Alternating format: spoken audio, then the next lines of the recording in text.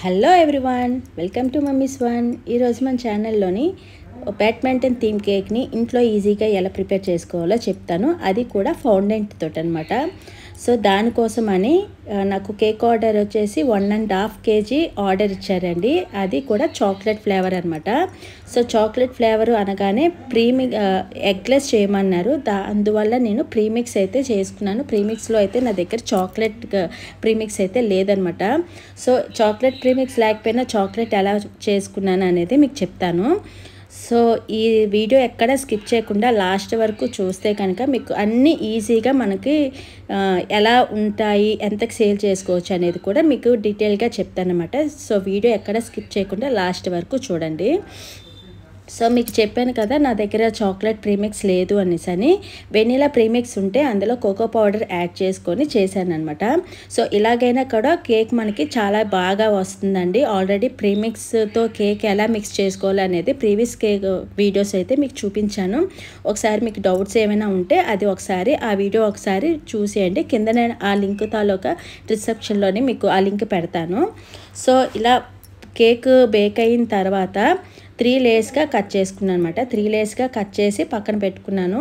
ఇది 1.5 kg కాబట్టి నేను బోర్డింగ్ తీసుకొని ముందుగానే క్రీమ్ అనేది పెట్టేసుకున్నాను కదా. ఆ క్రీమ్లోని మనం చాక్లెట్ గనాష్ అనేది కలుపుకుంటే ఆ ఫ్లేవర్ అనేది చాక్లెట్ ఫ్లేవర్ ఎక్కువ వస్తుంది అనమాట.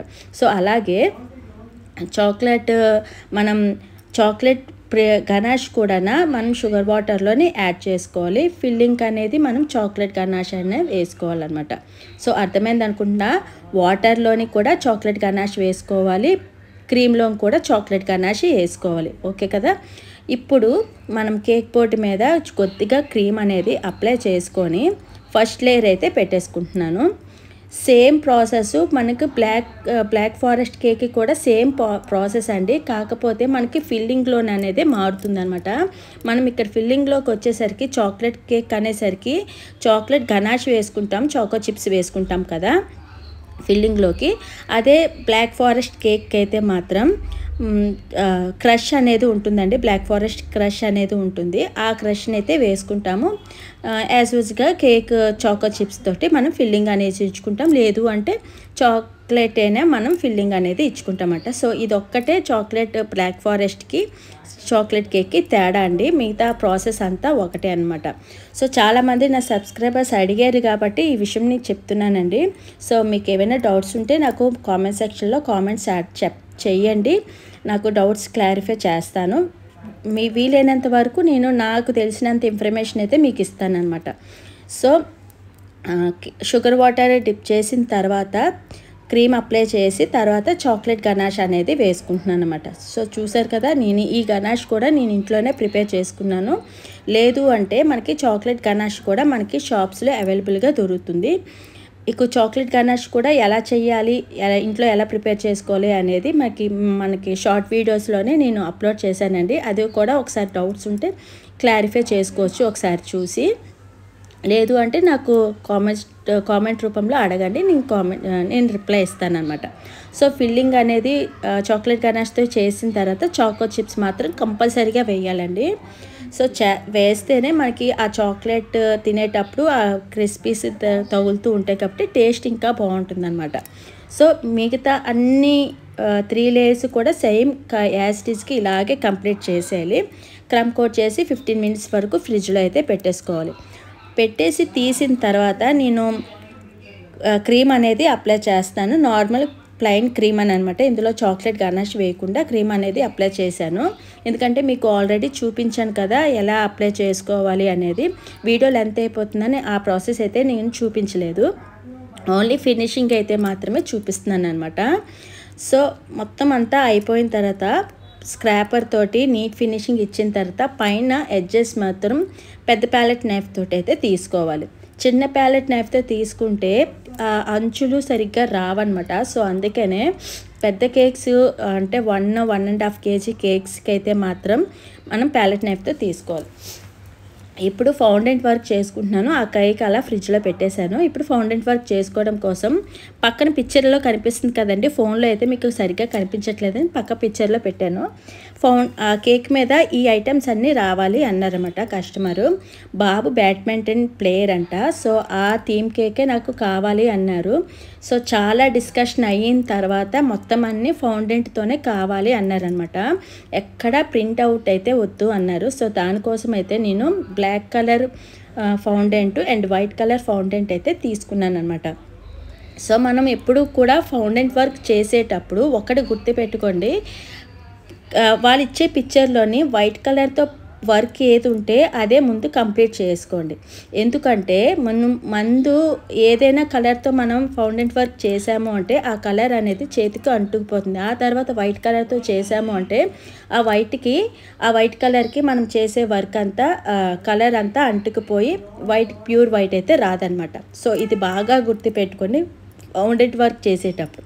సో ఫౌండెంట్ కూడా బాగా నీట్ చేయాలండి. మనం స్టిక్కీగా అంటుకుంటుంది అనుకుంటే మనం కార్న్ఫ్లోర్ ఉంటుంది కదా, అది కొంచెం చేతికి అంటుకుంటూ ఎంత బాగా మనం ఫౌండెంట్ నీట్ చేసుకుంటే అంత బాగా ఫౌండెంట్ అనేది మనకి నిలబడి స్టిక్ అవుతుంది అనమాట.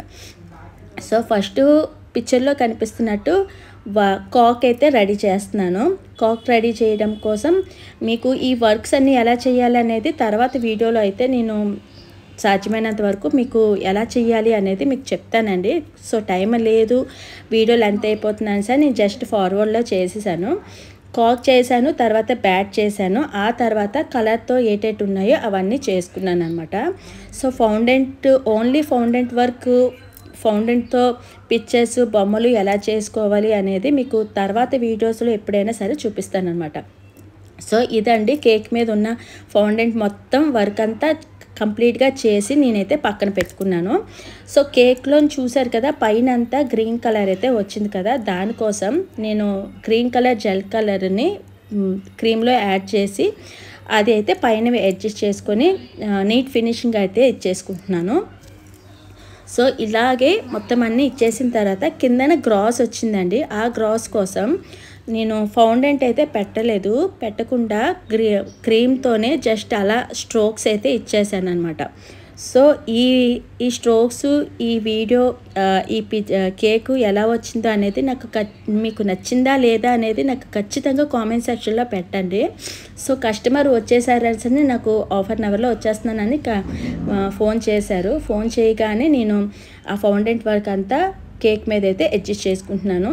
పిక్చర్ అయితే పక్కన పెట్టుకున్నాను ఫోన్లోని. ఆ పిక్చర్ చూస్తూ పిక్చర్లోని ఎక్కడెక్కడ ఏ ఐటమ్స్ వచ్చాయి అనేది ఖచ్చితంగా అలా పెట్టేసుకున్నాను అనమాట.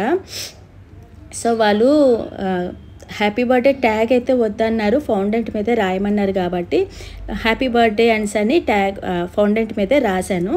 సో మీరు ఎప్పుడూ కూడా ఫౌండెంట్ వర్క్ చేసేటప్పుడు మీరు ఫ్రిడ్జ్లో అయితే పెట్టకండి, అది స్టిక్ అయిపోతుంది. ఫైనల్గా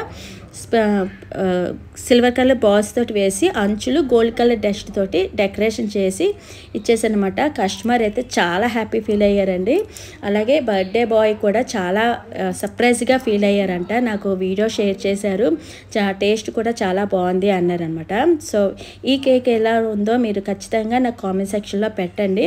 అలాగే ఈ వీడియో కనుక మీకు నచ్చితే ఒక లైక్ చేయండి, షేర్ చేయండి, అలాగే సబ్స్క్రైబ్ చేసుకోండి.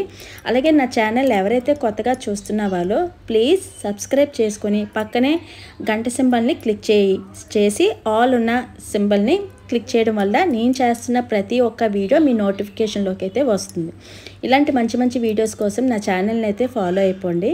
మరికొత్త వీడియోతో మళ్ళీ కలుసుకుందాం. అంతవరకు బాయ్ బాయ్.